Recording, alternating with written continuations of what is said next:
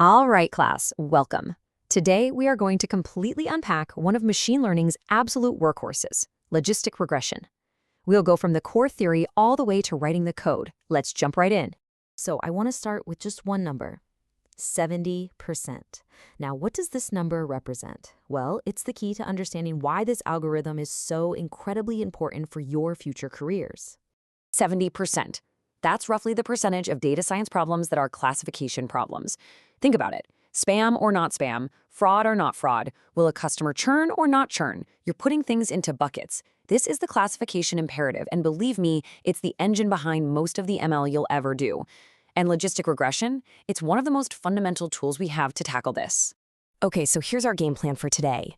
We're going to start with the why, then get into the mechanics, the math, the code, how to interpret the results, and I'll wrap it up with my final verdict. Let's get to it. All right, section 1, the classification imperative. We need to really understand the why behind this whole thing before we get into the how. So what exactly is classification? It's a type of supervised learning where the goal is simply to predict a category. It's not like linear regression where you're predicting a number on a spectrum, like the price of a house. No, here we're sorting things into bins. Is this email spam or not spam? It's one or the other. That's the core idea. Okay, which brings us to a really important point. We're moving from linear to logistic. Why can't we just use a tool we already know? Yeah, I get this question all the time. If we have linear regression, which we've all studied, why can't we just use that for a classification problem? And honestly, the answer to this question is the entire reason logistic regression was invented in the first place. And this picture says it all. I mean, look at the linear model on the left. You see that straight line? It just keeps going, right past 1 and right below 0. Now, what does that mean in the real world? A negative 20% probability? 130% probability? It's complete nonsense. It just doesn't work for this kind of problem. But then, look to the right. That beautiful S-curve. That's the logistic model. It's perfectly squeezed between 0 and 1. No matter what you throw at it, the output is a valid probability. That is the game changer. Okay, so now for the fun part. Let's pop the hood and look at the mathematical engine that makes this all possible, the sigmoid and the concept of log odds. So how do we get that perfect S-curve? The secret sauce is a function called the sigmoid function, sometimes called the logistic function. Its entire job is to take any real number you give it, positive 1,000,000, negative 1,000, whatever, and just squash it into a nice, neat probability between 0 and 1. That's its only job, and it does it perfectly. The whole process is actually a really clever 3-step trick. First, you start with the linear equation we all know and love. You know, y equals beta naught plus beta 1 x1, and so on. Step 2, you take the output of that equation, that y, which could be any number, and you wrap it or feed it into the sigmoid function. And what's the result? Step 3, you get a probability p that's guaranteed to be between 0 and 1.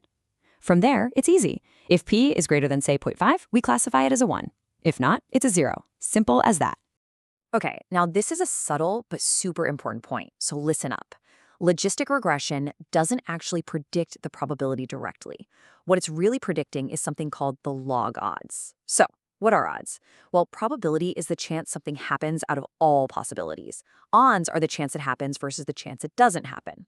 The model is actually finding a linear relationship with the logarithm of those odds. It sounds complex, but all you need to remember is that the raw output is log odds, which we then convert into a probability we can actually use. All right, enough theory. Let's get our hands dirty and see how this actually works in Python. This is where it all comes together. Okay, first things first. Just like with any supervised learning problem, we have to split up our data. We take our predictors, things like glucose level, age, all that stuff, and we call that our X. These are our independent variables. And then we take the thing we're trying to predict, in this case, the column that says whether someone has diabetes or not, and we call that our Y, our target variable. X goes in, Y is what we want to predict. Next up, we have to do our train test split. This is non-negotiable, folks.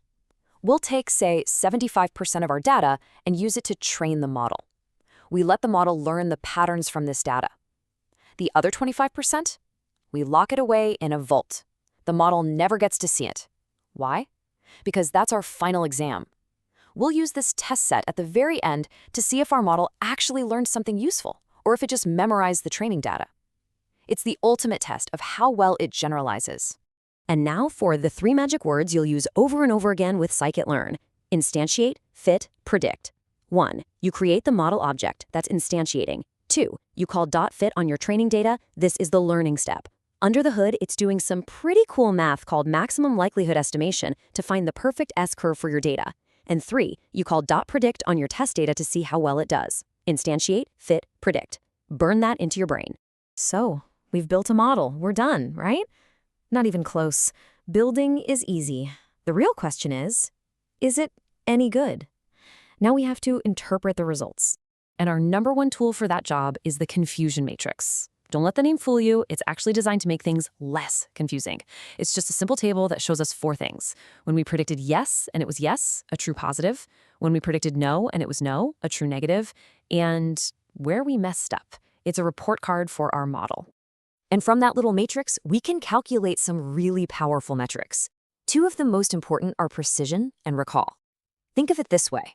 Precision asks, when our model said someone has diabetes, how often was it correct? It's about the quality of our positive predictions. Recall, on the other hand, asks, of all the people who actually had diabetes in the dataset, how many did our model successfully find? It's about completeness. You'll often find there's a trade-off between the two. All right, let's bring it all home. It's time for the professor's final verdict. What are the strengths, the weaknesses, and the key takeaways you need to know? So, let's look at the pros and cons. The biggest advantage, by far, is interpretability. You can literally look at the coefficients and tell a story about how each feature influences the outcome. It's also fast and efficient, but it has its weaknesses. It assumes a linear relationship between your features and the log odds. So if the real relationship is super complex and curvy, it's just not going to work well. And it's very sensitive to its assumptions being met, especially something called multicollinearity, which is when your predictors are all tangled up with each other. And this brings me to a critical point. You must remember these assumptions. Your dependent variable has to be binary. You need to watch out for multicollinearity. There's an assumption of a linear relationship with the log odds, and you generally need a decent amount of data. If you just throw data at this model without checking these things, you're setting yourself up for failure. Your results could be completely meaningless. And really, this one chart brings our whole lecture together, doesn't it? We started with the math, taking a linear equation and wrapping it in a sigmoid function. We talked about the engine, how it uses maximum likelihood to learn. Then we put it into code with that simple .fit command. And finally, we used the confusion matrix to deliver the verdict on its performance. That's the whole workflow, right there. So that's our deep dive. I want to leave you with one final thought, a question you're going to face over and over again in the real world. You might build a super complex deep learning model, a total black box, that's 94% accurate. But you also have this simple logistic regression model that's 92% accurate, and you can explain exactly why it makes every single decision. Which one do you give to your boss? When is a slightly less accurate but fully understandable answer the right business decision? Think about that. That's all for today.